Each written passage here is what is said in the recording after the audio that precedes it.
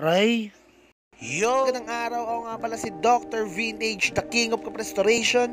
Sa mga gusto magpa-restore dyan, na-direct lang kayo sa social media platform ng Dr. Vintage PH.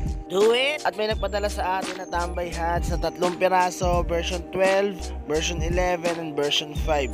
So ayun, isang kwento na naman tungkol sa salakot na di natin malaman kung ginunting o sadyang sinadya talaga. At dinala pa dito sa Dr. Vintage PH upang iparestore at may balik sa dating alindog at confident ng may-ari nito. Alright? Kitang-kita mo naman kung anong ginawa. Kawawa. Paano to, Piyo? Ginupit ng asawa. Aray,